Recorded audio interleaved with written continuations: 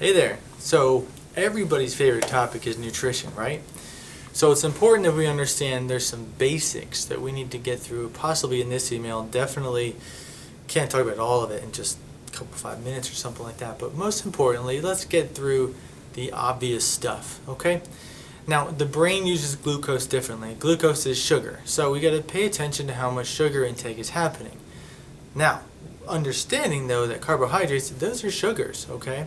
Carbohydrates in their best form can come from vegetables. Carbohydrates, most people think of carbs as your breads, your pastas, your heavy cakes, donuts, chips, all of that stuff, okay? So yes, like we've talked about before, the concept of making better choices along the way comes in very, very importantly here.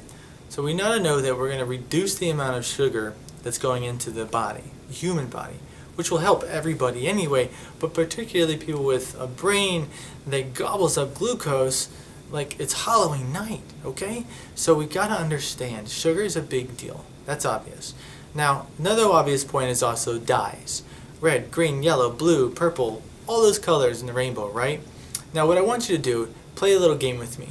Get your crayons, get your marker box, something like that. Look on the back of the ingredients. Then go get whatever colored foods, artificially colored foods, look on the box and find the same ingredients that are in the markers as are in the box too, okay?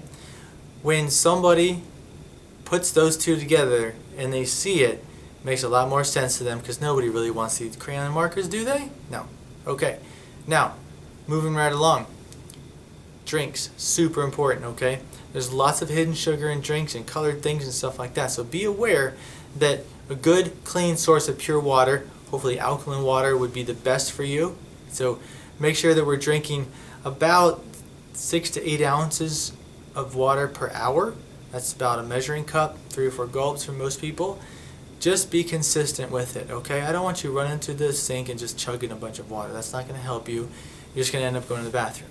Got it? So let's see, we've talked about sugars, we've talked about colors, we've talked about liquids, things like that. Now, protein's a big deal, okay? Protein mostly comes from things that have eyeballs and a mother, right? So your animals, you got 4-legged animals, you got fish, you've got the birds. Those are the animals typically we think about eating. Cows, pork, then there's chicken, and there's fish, and there's turkey, okay? There's also duck and some other things too, I know. But protein levels, the best way to do this is take half of your body weight, take that number, and put grams of protein.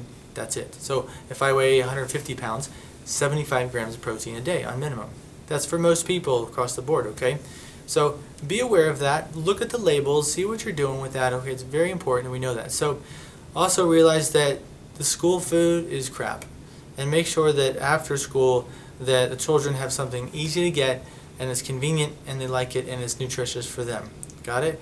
So planning ahead, getting the right things into their body. Now, I hope this helped you out.